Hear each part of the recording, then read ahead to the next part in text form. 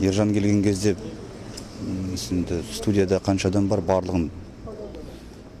барлығымыз тікемізден тік тұрып, қарсы алып, құрметімізді көрсететінбіз. Ол рас әңгіме.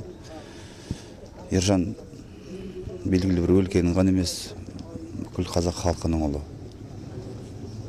Әрине, нар көтермес жүк салып кетті иығымызға. Себебі қазақ өнері өте бір дарынды, өзіне ғана тән музыкадағы ерекшелігі бар жан еді. Мен жеке басыммен қазір не айтарымды білмей тұрмын. Толқып мен айтайын дегенім,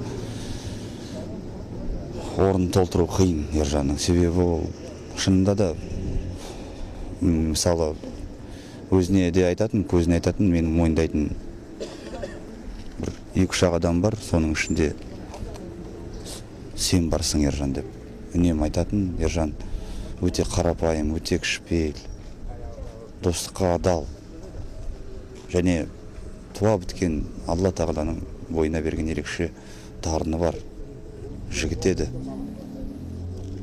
Ешқандай жаңағыдай дақпыртына қарамастан, даңқына қарамастан, ешкімнің алдында көкірек керіп, орынсыз әңгіме айтқан бірде-бір кезін көрген жоқпын. Тек қана кішіпейіл, үлкенді үлкендей, кішіні кішідей сыйлайтын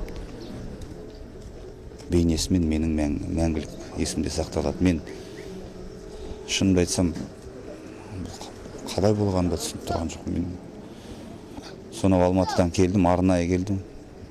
Тек ести салысымен самолетке билет алдым да, ең болмаса соңғы сапарға шығарып салайыншы досымды, бауырымды.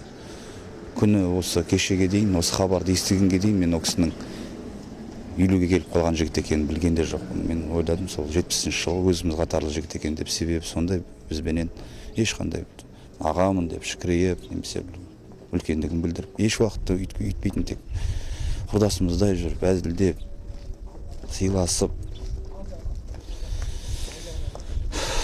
Мен енді айта алмаймын, шыны керек, мен өте қайғырып тұрмын. Бүкіл тума туысқандарына, туған өлкесіне әрине көңіл айтқым келеді. Қайырлы болсын, Алла тағала алдынан жарылқасын. Біліп білмей жасаған күнә кемшіліктері бар болса кешіре көрсін Алла.